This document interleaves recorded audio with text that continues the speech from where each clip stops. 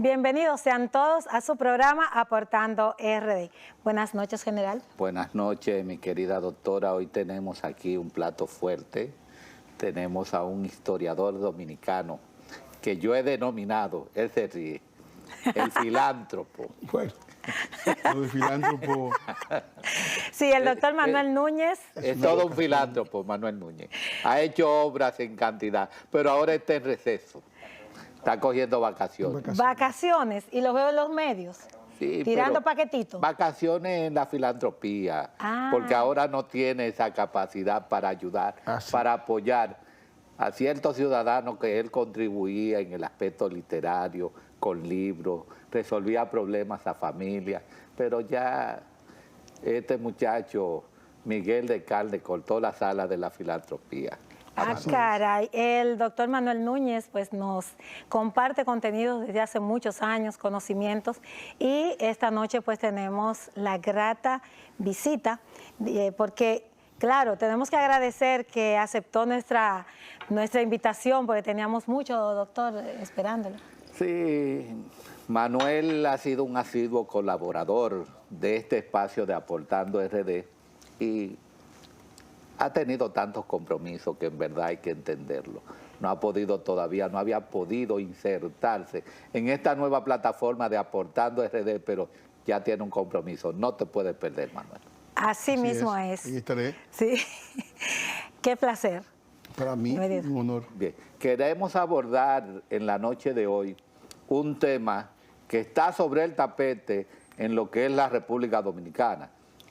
Estamos presenciando lo que es la visita del secretario general de la Organización de las Naciones Unidas. Ha visitado, ha pasado por República Dominicana como un ave fugaz, pero se ha refugiado en Haití por unas cuantas horas. Y la pregunta que tenemos, ¿estará haciendo turismo interno Antonio Guterres? Para ello vamos a preguntarle a nuestro gran historiador, ¿qué trae Antonio Guterres a esa isla, a ese pedazo de isla occidental, la República de Haití? Buenas noches, Manuel. Buenas noches. Mira, yo pienso que Guterres, en principio, planificó una visita que debía de ser de más de un día. Y si era más de un día, iba a amanecer en República Dominicana e ir a Haití y luego salir de Haití hacia el exterior, que fue exactamente lo que ha hecho. No es decir que no iba a pernoctar allí, sino acá, como hacen muchos funcionarios que tienen su familia o pernoctan en República Dominicana, aunque estén formalmente dirigidos hacia Haití, porque muchas veces no confían en la vida en Haití, que se ha hecho muy difícil. Estamos hablando de un país donde el 90% del territorio de Puerto Príncipe está en manos de bandas. El Estado no tiene el monopolio de la violencia, no tiene control de los espacios, ni del espacio marítimo, que está controlado por las bandas, del espacio aéreo, también igualmente controlado por estos grupos, de los puertos y aeropuertos más importantes. Que mucho decir, el espacio aéreo controlado por pandilleros. Entonces allí todo el crimen organizado, dígase el narcotráfico, el tráfico de personas, los peajes que se pagan para ir de un punto a otro, porque también la seguridad del país, que está en manos de unos 4.000 o 5.000 policías, apenas, para una población de la misma dimensión que la nuestra, se dedica únicamente a cuidar las embajadas y a los funcionarios, por lo que el país está prácticamente sin un polo de autoridad. Manuel, una pregunta. ¿Qué incidencia puede tener para la República Dominicana la visita del secretario general en su escala en República Dominicana? ¿Podríamos decir que tuvo algún punto de encuentro con el presidente Luis Abinader? ¿Se trataron algunos temas de interés para lo que es la República Dominicana? Porque yo tenía la inquietud de que iba a pedir favores en el aspecto migratorio. ¿Se habrán tratado estos temas? No creo, porque en términos actuales el presidente de la República ha sido claro, por lo menos en los últimos años, en plantear a nivel internacional, y lo hizo incluso entre Naciones Unidas. Claro, pero ha sido coherente, porque una cosa es ser claro y otra cosa es ser No ha coherente. mantenido su palabra en el tiempo, pero digamos que... Ahí no hay coherencia, O entonces. sea, él ha sido insistente en presentar el hecho de que Haití no es un problema interno de la República Dominicana, sino que es un problema de la comunidad internacional. Y yo pienso que en ese sentido es el derrotero de las conversaciones, es decir, que no puede transferirse a la República Dominicana mayores sacrificios que los que ya está asumiendo, donde hay un proceso de desnacionalización de la mano de obra, de nacionalización del territorio, más de 436 enclaves haitianos, desnacionalización incluso de una porción del alumnado, estamos hablando de un 10%, igualmente ocurre con la salud pública. Es decir, que frente a la cantidad de problemas que se le genera a la República Dominicana, no se le pueden exigir más sacrificios. Naturalmente, Naciones Unidas no ha hecho su trabajo porque todavía es la hora de que no hay una misión clara para Haití para recuperar ese país. De eso te quería hablar, la misión. ¿Habrá tenido el interés Gutiérrez de afianzar sus lazos con la dirección política, lo que pueda quedar en Haití, con relación a vender falsos augurios sobre una fuerza militar que va a disponer de lo que es el establecimiento del orden allá en Haití a través de una fuerza multinacional? Yo creo que todo lo que se ha hecho ha sido insuficiente y ellos lo saben. Primero porque la MINUSTAH, que duró 17 años en Haití, Dejó más problemas dejó más problemas porque tenía el que lo que control. resolvió, sí. Tenía el control, porque estamos hablando de una misión Tenía el control de que todo. tenía digamos, una receta, un presupuesto de $900 millones, que fue más larga en el tiempo que todas las misiones, porque las misiones de Naciones Unidas son misiones que van de 2 a 3 años, nunca llegan a un decenio. Y en el caso de Haití, los haitianos sobreabusaron de la misión, porque cada vez que la misión... O la misión abusó de la hospitalidad en Haití. Porque hay que verlo de dos. ¿No serían ambas cosas? Sí, es muy probable. No serían sé si ambas la misión cosas. abusó, porque Porque hubo mucha corrupción. los que aportaban el dinero querían irse de ahí rápidamente. Pero hubo muchas denuncias en Y contra de los la haitianos, Violaciones. los haitianos presentaron el hecho de que ellos actúan como si el mantenerlos a ellos vivos, el mantenerlos en paz, fuera una obligación internacional y no una responsabilidad del país. Es decir, es como un enfermo que tú le colocas un suero y él cree que el suero debe ser permanente, ¿no?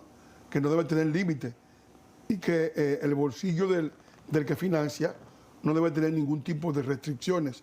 Y eso evidentemente fue lo que causó que al final todo el mundo se hartara de Haití y ahora nadie quiere meter un centavo ni meterse en ese berenjenal porque no se sabe cuándo va a salir. Es que el retorno de la inversión, ahí no hay, podríamos decir, tú inviertes en un Estado que tenga capacidad y facilidad para restablecerse. Es como un paciente que tú dices, bueno, el paciente está en cuidado intensivo, pero en un momento determinado el paciente se puede recuperar. Haití, como paciente en cuidados intensivos, no se visualiza que de un momento a otro que se pueda sacar de esa sala de cuidados intensivos. Porque el paciente cada día va más para atrás. Es una de las tendencias que tiene siempre el famoso triaje, ¿no? de las guerras. En las guerras, por ejemplo, se hace un triaje entre las víctimas que han sido atacadas por un mortero, por una bala. Y entonces, ¿qué es lo que se hace? Aquellos que están en situación terminal muy grave, lo dejan morir y salvan a los que están cerca de la vida. Es decir, porque la recuperación va a ser exitosa, no va a haber problema, mientras que si se dedican a salvar a uno que está muy grave, salvando a ese, van a gastar muchos recursos y van a empeorar los que están más o menos en línea de volverse a incorporar. Profesor, la visita del secretario de la ONU en Haití, ¿hubo alguna agenda previa sobre su visita en Haití o es por eso que se está abriendo la interrogante de cuál fue el motivo de la visita en Haití? No, el actual encargado de Haití, que es FICEME, había hecho un llamado directamente a la comunidad internacional para que el caso de Haití se revitalizara, porque parece inexplicable. Estados Unidos tiene varios problemas en el mundo y les pone atención. Sin embargo, un problema como es el caso de Haití, que es una nación donde el Estado ha muerto, se ha hundido en el caos y que está a poca distancia de Estados Unidos, a poca distancia de la base de Guantánamo, 80 kilómetros apenas de Guantánamo, y además que está también en el hemisferio nuestro, que puede estar en capacidad de estabilizar toda la región, pues evidentemente todo el mundo pensaba que iba a suscitar un interés mayor. Y los países que antes colaboraron, como Chile, como Brasil, como Guatemala, Ecuador, algunos países del Caribe, han puesto un poco los pies en polvorosa, no se quieren comprometer demasiado. Brasil tuvo una experiencia que al parecer no fue buena, aunque el comando de la misión militar americana en Brasil era un brasileño, era de la Cruz, que luego que se suicidó, ¿no?, allí en Haití. Salió muy mal parado de ahí. Salió muy mal parado. Sí, y luego estaba Chile, que tras la ocupación de Chile en Haití, pues generó una filial de migración hacia Haití que ha provocado enormes problemas en Chile. Ha habido barrios enteros incendiados. Es decir, que el contacto con el tema haitiano ha sido bastante traumático para muchos de ellos, que tenían una idea idílica. Una cosa es, como dicen aquí, llamar al diablo, y otra es sentarlo verlo llegar. Manuel, la concepción, el concepto de Estado está fundamentado precisamente en una serie de teorías políticas donde las particularidades a veces se convierten en excepciones. La vida de los estados, como dice Rudolf Helen, los estados son órganos vivientes que nacen, crecen y mueren. Sí, sí. Y en ese sentido a veces nosotros decimos, estará herido de muerte Haití. Y por ello algunos autores le llaman estado fallido. Yo particularmente no congenio con ese criterio, con ese denominativo, ese calificativo a los estados, porque los estados son como los seres vivos. Un paciente que esté en UCI, en cuidado intensivo, en un momento determinado puede dar una sorpresa, sí, y pararse de la cama. Eso pasa con los estados, pero hay una gran tendencia precisamente que eso sucede cuando el paciente tiene familia. Los estados, cuando tienen doliente, sucede eso, pero el caso de Haití, nos podríamos preguntar, ¿tiene doliente Haití cuando sus comerciantes, la gente que tiene dinero, lo tiene fuera de Haití? Hasta en República Dominicana, lo tiene allá en la Florida, en Miami, lo tiene fuera, pero no dejan a Haití de colaborar con lo que es el narcoterrorismo. ¿Qué tú tienes que decir en cuanto a eso? Tiene que ver también que Haití es un país singular. Lo primero es, yo más o menos he viajado algunas veces a Haití, conozco su cultura, su literatura científica. Haití es un país fracturado, es un país donde no hay unificación nacional, es decir, donde ha habido desde el comienzo de su fundación por Jean-Jacques Dessalines comenzó con la gran matanza de blancos de 1804. Estamos hablando de la población más antigua en la colonia, que eran los franceses.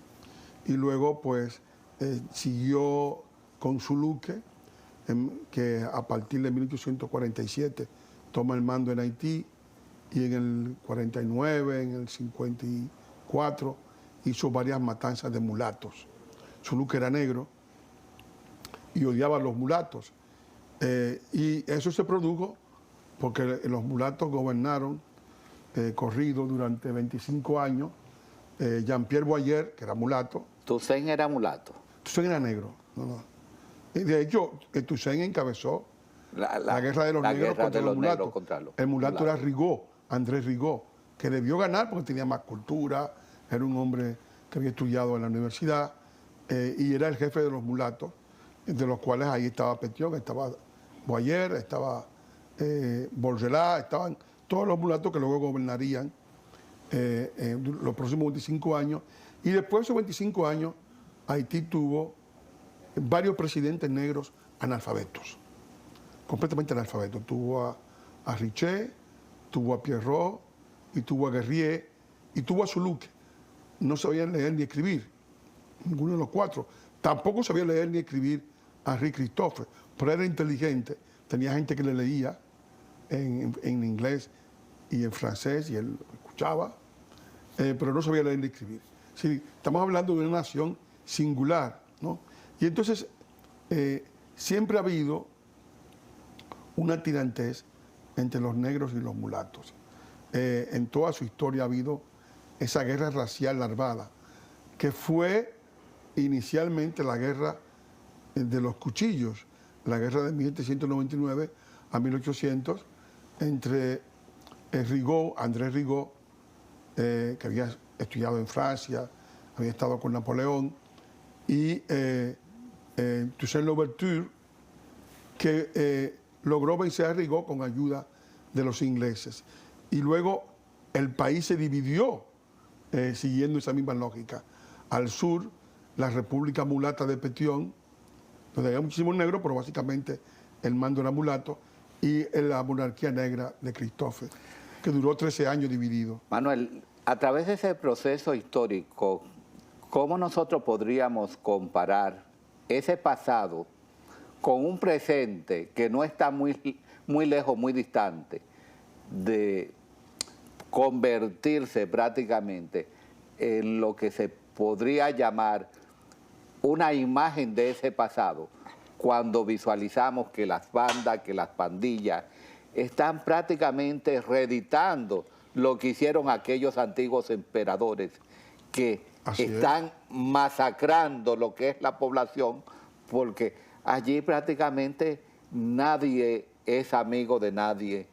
Los grupos, todavía estamos viviendo allí en una situación tribal, donde las grandes diferencias culturales es notoria completamente en las diferentes regiones. ¿Qué tú tienes que decir en torno a eso? Es un país que está muy fracturado por la cultura, por el modo de vida, porque tiene dos elementos, dos pilares.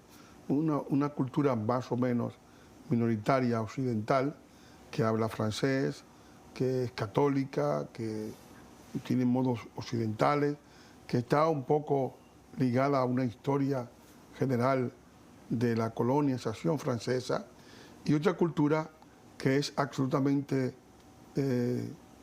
tribal, pero africana. Esa es la más fuerte. Es la mayoritaria. El haitiano per se no renuncia a su cultura ancestral, a su cultura tribal. No importa dónde se encuentre. Es la mayoritaria que pintan leones, jirafas. Sí.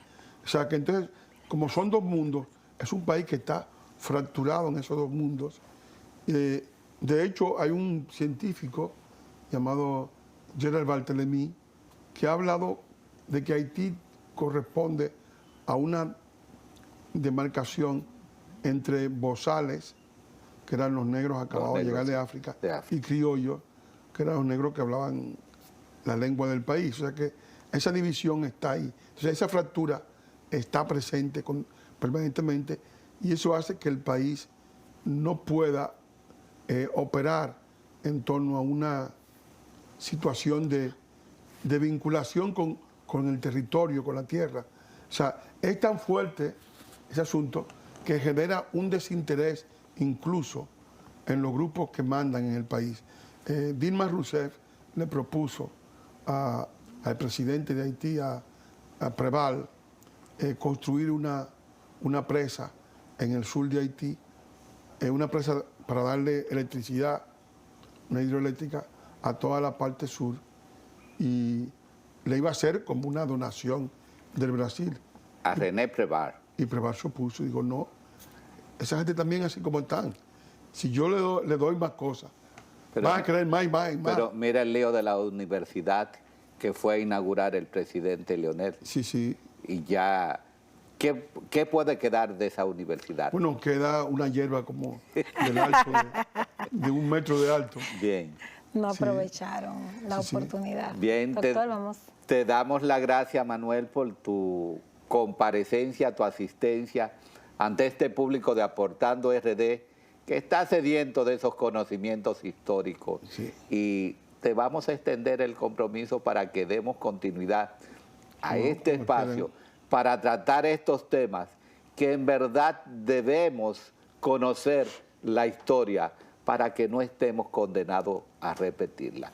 ¿Cuáles serían tus palabras para despedirte de ese Yo público? creo que de es un Aportando tema RD? que debe estar siempre presente en los dominicanos, porque la relación con Haití ha condicionado nuestra historia, nos está condicionando actualmente, y es también parte de lo que puede afectar el futuro y el destino de la República Dominicana. Muchísimas gracias, doctor Manuel Núñez, historiador dominicano, y lo vamos a invitar a que nos acompañe en un próximo programa. A ustedes no se muevan de ahí, que tenemos más contenido.